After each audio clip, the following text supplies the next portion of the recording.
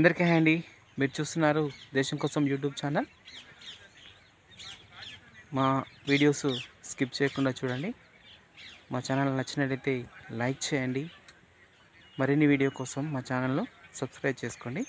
ఈరోజు విషయం ఏంటంటే, కరోనా టైంలో తన వరకు లేకపోయినా అప్పటి నుంచి ఒక ప్లాన్ చేసుకొని తను సొంతంగా ఒక ఫార్మ్ని ఏర్పాటు చేసుకున్నాడు. ఒక మంచి ఆదర్శమైన వ్యక్తి. ఆ ఫార్మ్లో అతను ఏం ఫార్మింగ్ చేస్తుందో మనం ఈరోజు వెళ్ళి చూద్దాం.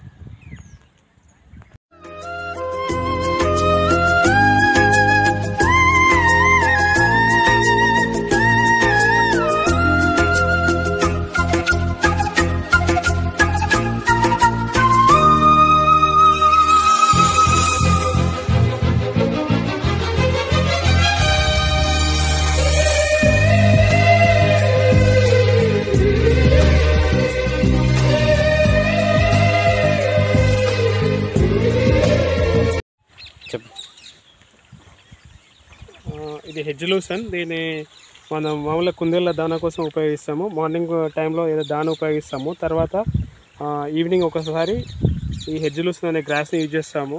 జనరల్గా ఈ గ్రాస్ దేనికోసం అంటే ప్రత్యేకంగా కుందేళ్ళ కోసం. ఎందుకంటే మన మాంసం బాగా పెరగడానికి కోసం, కొద్దిగా డిసీజ్ కంట్రోల్ ఉండడానికి ఇది ఎక్కువగా ఉపయోగిస్తాం మనం. ఇది కుందేళ్ళకే కాకుండా దీన్ని మనము పశువులకు కూడా ఉపయోగించుకుంటవచ్చు.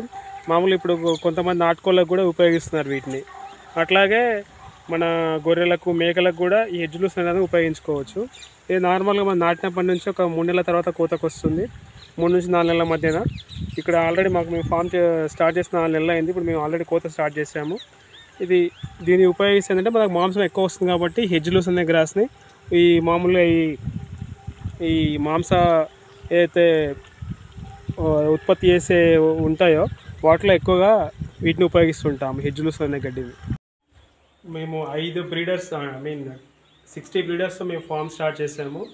ఒక 16 మెయిల్స్, 64 ఫీమేల్స్తో మొత్తం 80తో స్టార్ట్ చేసాము ఈ ఫామ్ మేము. ఇక్కడ ఏంటంటే రెగ్యులర్గా మేము వీటిని క్రాస్ చేసి వాటి నుంచి వచ్చే ఏవైతే పిల్లలు ఉంటాయో వాటిని మేము మార్కెట్ చేస్తాము. ఇక్కడ మేము ఏంటంటే meat purpose, pet purpose and lab purpose కూడా మేము అనుకుంటున్నాము. ఇంకా స్టార్ట్ చేయలేదు, రీసెంట్గా స్టార్ట్ చేస్తాం కాబట్టి ఇప్పటికైతే మేము పెట్ పర్పస్ స్టార్ట్ చేస్తాము ఆల్రెడీ. మా దగ్గర మీట్కి కూడా అక్కడ రెడీగా ఉన్నాయి, మీట్ ఇచ్చేయడానికి కోసం అని మేము పెంచుతున్నాము. అండ్ మా దగ్గర వచ్చేసి 5 రకాలు ఉన్నాయి. జనరల్గా వీటికి మేము మార్నింగ్లో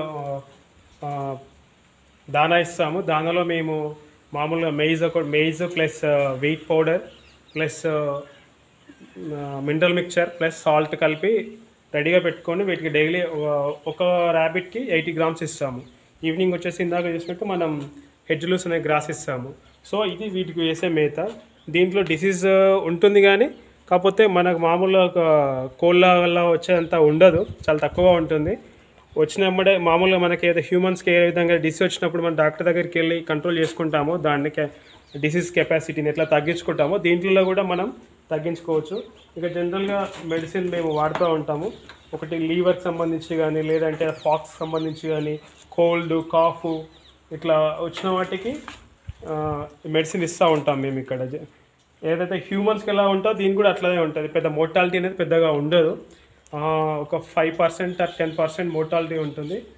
ఇంకా తక్కువగా ఉండొచ్చు. కొద్దిగా మనం ఎక్కువ కేర్ తీసుకొని ఎక్కువగా మనం చేసుకుంటే చాలా మోర్టాలిటీ తక్కువగా ఉంటుంది. కాకపోతే ఇది వింటర్ సీజన్ కాబట్టి కొద్దిగా పిల్లల్ని జాగ్రత్త పెంచాల్సి వస్తుంది. మాకు ఇంకా ఎక్కువ ఎక్స్పీరియన్స్ రాలేదు, చాలా తక్కువ ఎక్స్పీరియన్స్ అయినా మేము దాన్ని గెయిన్ చేసుకుంటా ఉన్నాం. ఇంకా ఈ విధంగా మేము పెంచుకుంటా పోతా ఉన్నాం.